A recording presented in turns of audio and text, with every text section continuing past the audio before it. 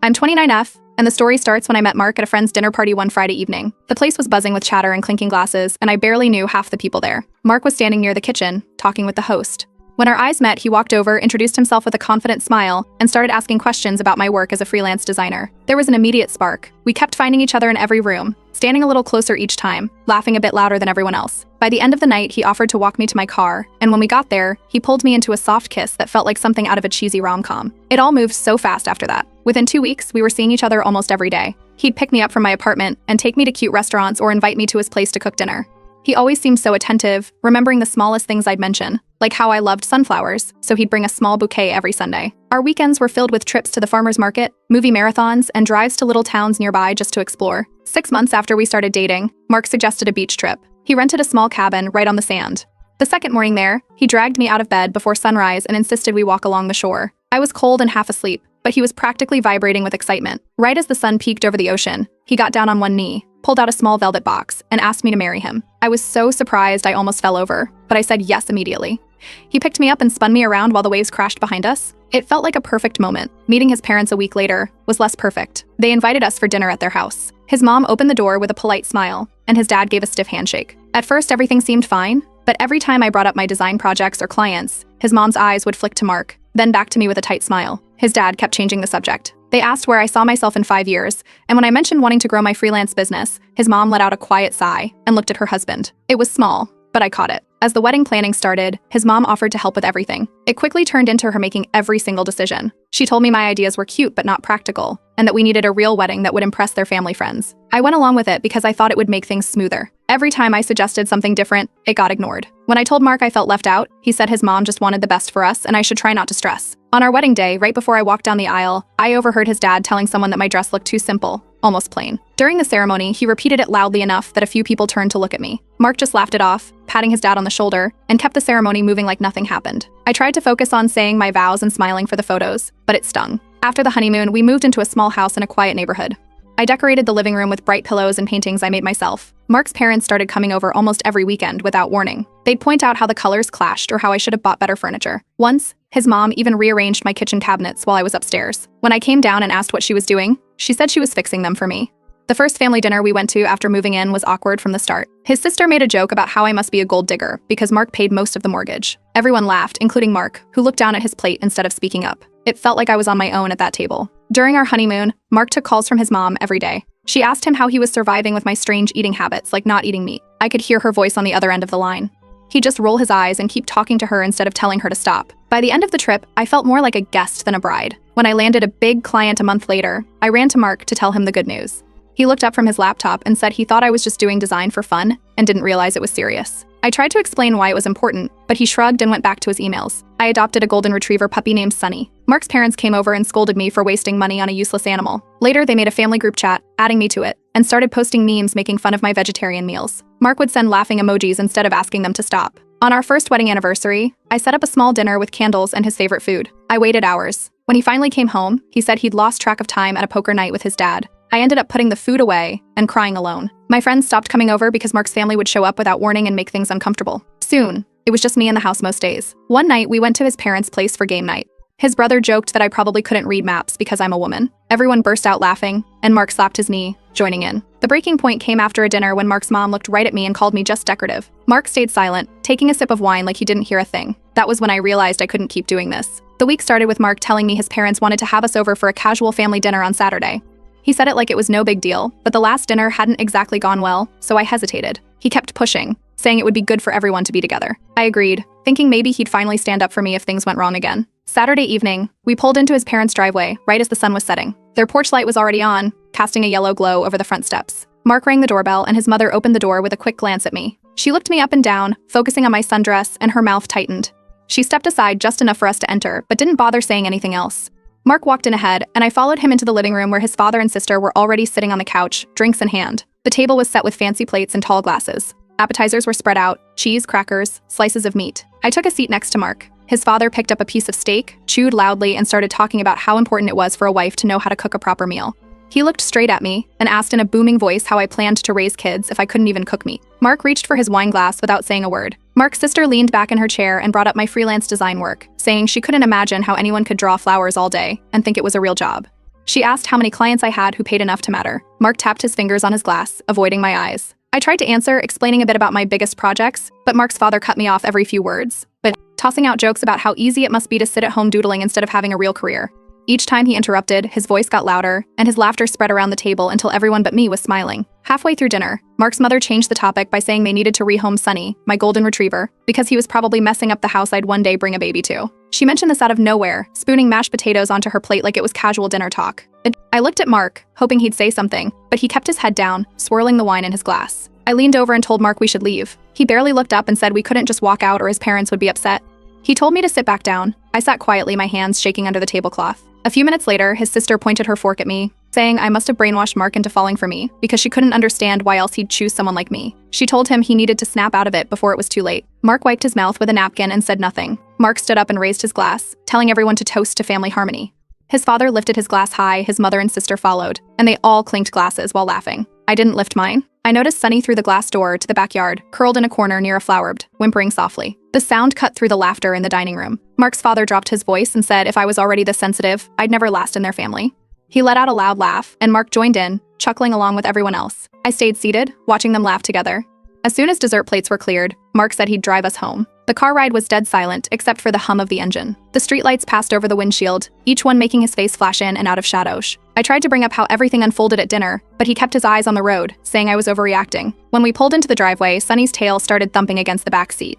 I let him out, and he stuck right by my leg, glancing between me and the front door. Inside, the living room was dark, except for a small light above the mantel. Our wedding photo sat there, both of us smiling in a moment that felt like a different lifetime. I walked to the closet and pulled out a small suitcase, unzipping it on the bed. I grabbed a handful of clothes, rolled them tightly, and packed them along with my laptop and important documents from the nightstand drawer. Sunny followed every step I took, eyes wide, refusing to leave my side. I went downstairs for Sunny's leash and food bowls, stuffing them into a tote bag. The kitchen clock ticked loud enough to echo across the room. I could hear Mark moving around upstairs, opening and closing drawers like he was looking for something.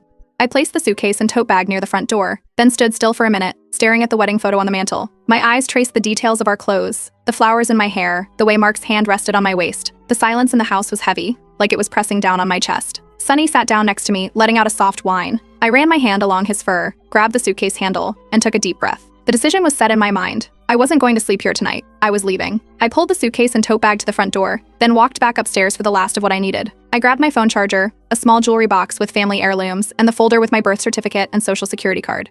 Downstairs, I zipped everything up and checked Sunny's leash, making sure it was clipped tightly. I carried everything to the driveway in 2 trips, loading the back seat of my car with the bags and placing Sunny's food bowls and a bag of his kibble on the floorboards. Sunny stayed pressed to my leg, his fur brushing against me every time I moved. His eyes followed every step I took. When Mark came down the stairs, Sunny stepped in front of me, hackles raised, a low growl rumbling in his chest. Mark stopped halfway across the living room, eyes flicking between Sunny and the open door.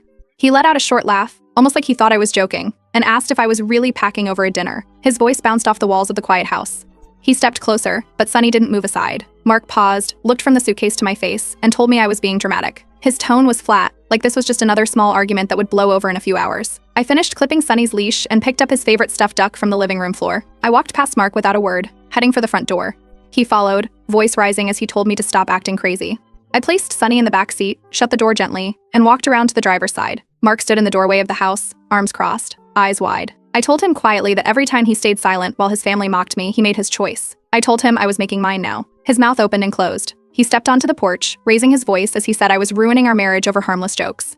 His words echoed in the dark street, bouncing off the neighbors' fences. I slid into the driver's seat, started the engine, and backed down the driveway. Mark stepped onto the lawn, waving his arms as he shouted after the car. His voice faded as I turned the corner and drove into the night. Sunny crawled onto the passenger seat, his head resting in my lap. His tail thumped once, like he knew we were leaving for good. I drove for over an hour on the empty highway, the yellow lines zipping past in the headlights. I pulled into a brightly lit gas station on the outskirts of town. The clock on the dashboard said it was almost midnight. I parked near a payphone, but used my cell to call the after-hours number for my lawyer. The line rang twice before a sleepy voice answered. I explained what had happened and said I was ready to file for divorce as soon as possible. The lawyer promised to get the paperwork started first thing in the morning. I hung up and rested my forehead on the steering wheel. Sunny shifted and let out a small sigh. I scratched his ear, then pulled back onto the road, eyes scanning the signs for a motel. A few miles later, I saw a glowing vacancy sign outside a small building with peeling paint. I pulled into the lot, left the engine running, and went inside to the front desk. The night clerk glanced at Sunny, then at me, and handed over a room key without questions after I showed my ID and swiped my emergency credit card. I carried my suitcase and Sunny's bag up the narrow stairs. The room smelled like old carpet and bleach, I locked the door behind me and set Sonny's bowls on the bathroom floor, filling them with water and kibble. He sniffed them, then walked back to me and leaned his head against my leg. I changed into sweatpants, laid a blanket on the bed, and sat down. Sonny jumped up beside me, curled into a tight ball, and closed his eyes. I pulled my phone charger from the suitcase and plugged it in next to the lamp. The screen lit up with missed calls and texts from Mark, but I ignored them, turning the phone over on the nightstand so the light wouldn't bother me. I lay on top of the covers, staring at the ceiling while Sonny's breathing slowed into a soft rhythm. I wiped tears from my cheeks with the back of my hand. The clock on the microwave blinked 2:13 a.m. When the sun started creeping through the thin motel curtains, I sat up and looked around the room. The light made everything look washed out and quiet. Sonny lifted his head, tail thumping twice before curling back up next to me. I got up, washed my face in the small bathroom sink, and combed my hair with my fingers. I took a long look in the mirror. My eyes were red and swollen, but my mouth was set in a straight line. I found my phone on the nightstand, called my cousin Sarah, and explained what had happened. Her voice was steady and firm, and she told me I could come stay with her as long as I needed. I told her I would drive over that day. After ending the call, I packed my things back into the suitcase and zipped it up tight. I grabbed a towel from the bathroom, wiped Sonny's paws, and attached his leash. I double-checked the room to make sure I hadn't left anything behind. I carried the suitcase and bag down the stairs, Sonny trotting by my side, ears perked. I loaded everything into the car again, climbed into the driver's seat, and took a deep breath. I checked the rearview mirror, adjusted it until I could see Sonny's face, and whispered to myself that we were done living in silence. Sonny let out a small bark, almost like he agreed. I turned the key in the ignition, backed out of the parking lot, and headed towards Sarah's house, ready for the next step. Sarah's car pulled into the motel parking lot just after sunrise. She stepped out in jeans and a sweatshirt, scanning the lot until she spotted my car. She walked over, hugged me tight, then started loading my bags into her trunk. Sonny hopped into her backseat, tail wagging as he sniffed the car's interior. I checked out at the front desk, handed over the room key, and followed Sarah's car through the quiet streets until we reached her neighborhood. Sarah's house sat on a corner lot with a tall oak tree shading the driveway. She led me inside, pointing out the guest room down the hall. The bed was already made with fresh sheets, and a folded blanket lay at the foot. Sonny trotted into the room and sniffed every corner before curling up on the rug. I set my suitcase near the dresser and put his bowls in the corner. My phone buzzed with Mark's name flashing on the screen. The call went to voicemail. It rang again. I silenced it and set the phone face down on the dresser. Mark's name kept popping up every few minutes, but I ignored each call. A few hours later, a loud banging rattled the front door. Sarah looked through the peephole, then stepped outside, pulling the door shut behind her. Mark's voice carried through the walls, angry and sharp. He tried to push past Sarah, but she planted her feet and blocked the doorway with her arms crossed. She stood firm, telling him he wasn't coming in. I stepped into the hall behind Sarah. Mark's eyes flicked to me, wild and desperate. He tried to explain how he only stayed quiet at dinners so things wouldn't get worse, repeating that he never meant to hurt me. He raised his voice, saying his family always expected him to put them first, that it wasn't his fault. Sarah stepped to the side just enough for me to look Mark in the eyes. I told him directly he never put our marriage first, and that's why we were done. Mark's voice rose as he tried to talk over me. Sonny appeared at my side, fur bristling, and let out a low growl that made Mark flinch and take a step back. Sarah held up her phone, screen lit up with the emergency dialer, and told Mark he needed to leave or she would call the police. Mark clenched his fists, spun around, and stomped down the walkway, his car tires squealing as he pulled away. My phone lit up with message after message. Mark's parents called me weak, dramatic, and ungrateful in long strings of texts, some coming in rapid bursts. I scrolled through, blocking each number one by one until the screen fell silent. I took a deep breath and turned my phone off completely. A call came in from my lawyer's office line. The paralegal on the other end confirmed the divorce paperwork was being filed that afternoon, and I would get the documents to sign soon. She asked where to send them, and I gave her Sarah's address. That evening, Sarah started cooking pasta in the kitchen. I helped by chopping vegetables while Sonny explored the living room, nosing around toys left out by Sarah's two kids. They came in from the backyard, giggling when Sonny licked their hands. Sarah handed me a spoon to stir the sauce, and steam fogged up my glasses as I leaned over the stove. We plated the food and sat around the dining table, forks clinking and conversation filling the room. After dinner, I watched Sonny chase the kids around the living room, his tail a golden blur. The kids' laughter echoed off the walls. I sat back in my chair, breathing in the warm air and letting the noise wash over me. The house felt full and alive. For the first time in weeks, I felt like I could sit still without waiting for the next cruel comment or tense silence. The night outside was calm, the crickets humming, and the lights from the neighbor's porch shining softly through the kitchen window. Mid-morning sunlight streamed through the kitchen window while Sarah and I sat at the table drinking coffee. The quiet broke when a car engine roared outside. Tires crunched over gravel as a silver SUV pulled up to the curb. Mark's mother climbed out, slammed her door, and stormed up the walkway. Her voice rang out across the yard, shouting that I was tearing the family apart and demanding I come out to face her. Sarah set her coffee cup down, stood up, and walked to the front door. She stepped outside, pulling the door closed behind her, and stood on the porch facing Mark's mother. Their voices rose. Mark's mother kept yelling, hands waving wildly. Sarah kept her stance firm, feet planted, arms crossed. I stayed inside, peeking through the front window between the curtains. My heart beat so hard I could hear it in my ears. Mark's mother shouted that I was a selfish woman who only cared about myself. She raised her voice louder, calling me a disgrace and saying my father would be ashamed of what I'd done if he were still alive. Her words cut deep, the mention of my father twisting something inside me. The shouting grew louder. Neighbors on either side stepped out onto their porches to see what was happening. A couple walked their dog across the street and paused on the sidewalk, eyes wide. Mark's mother kept yelling over Sarah's calm warnings. She glared at the houses around her, realizing the scene she was causing. Her face went red as more neighbors stepped outside or peered through blinds. She stomped back down the walkway, got into her SUV, and reversed so fast the tires squealed on the pavement as she sped away. Sarah stepped back inside, closing the door with a quiet click. She turned to me, pulled me into a hug, and held me tightly. Sonny appeared from behind the couch, tail tucked, eyes darting between us. His legs trembled as he tried to decide if it was safe. I knelt down, stretched my arms out, and he crawled into my lap. I stroked his fur until his shaking slowed. A notification popped up on my phone. My lawyer's office sent a message saying Mark had been officially served with divorce papers at his office. Minutes later, my phone buzzed again with a voicemail from Mark's number. His voice was angry and cracked, saying I was heartless, promising he would fight me for everything in the divorce. I pulled out a small notebook and wrote down the time of the voicemail, what he said, and details of his mother's visit. I kept it open on the kitchen counter so I could add anything new. The doorbell rang, but it was only the mail carrier dropping off a package. Sarah went outside and waved at the neighbors, apologizing for the disturbance. An hour later, the phone rang again. It was my mom's old friend who used to babysit me. She'd heard from my mom about what was happening and offered her guest room if I needed another place to stay. I thanked her and wrote her number in my notebook. Sarah called a locksmith, who agreed to come the next morning. She said she didn't want Mark or his family trying to get inside the house. We spent the rest of the day keeping the kids busy with board games and snacks, while Sonny lay curled up at my feet. That night I tossed and turned, waking up from nightmares of sitting at those family dinners, Mark's family laughing as I sat silent. Each time I woke up, I reminded myself where I was now. In the morning, Sarah brewed coffee while the kids watched cartoons in the living room. She sat across from me at the table and told me she was proud I was finally standing up for myself. Her words steadied me, giving me the strength to keep moving forward. Sarah dropped me off outside my lawyer's office early in the morning. The building stood tall with mirrored windows reflecting the blue sky. Inside, the receptionist led me to a small conference room. My lawyer laid out papers on the table and walked through each step of the divorce strategy. He suggested keeping the house sale neutral and splitting the proceeds fairly so Mark couldn't claim I was taking advantage. He handed me a list of documents to gather, including old bank records. I opened my laptop that afternoon and pulled up joint bank statements going back 2 years. Red flags popped up right away. Small amounts moved to an unfamiliar account each month. The totals added up to thousands. I printed the records and highlighted the transactions. My lawyer added them to the case file and told me they would show Mark's attempts to hide assets. While flipping through the adoption paperwork for Sonny, my lawyer confirmed he counted as my personal property since I adopted him before the wedding. Sonny would stay with me, protected by the original paperwork and receipts in my name. A day later, Mark's lawyer filed a motion demanding joint ownership of Sonny, claiming Mark had a strong emotional bond with him. My lawyer prepared a response showing Sonny's vet bills, microchip registration, and adoption agreement. Each document carried only my name. He submitted them with a statement arguing Sonny's well-being would be better served staying with his primary caretaker, me. Word of the divorce spread quickly through friends and old co-workers. Some people called to check on me, but others sent messages asking why I was making up stories about Mark. A few mutual friends unfriended me on social media after hearing Mark's side. I ran into a former colleague at the grocery store who asked if I was proud of tearing Mark's family apart. I walked away without answering, head held high. Later that week,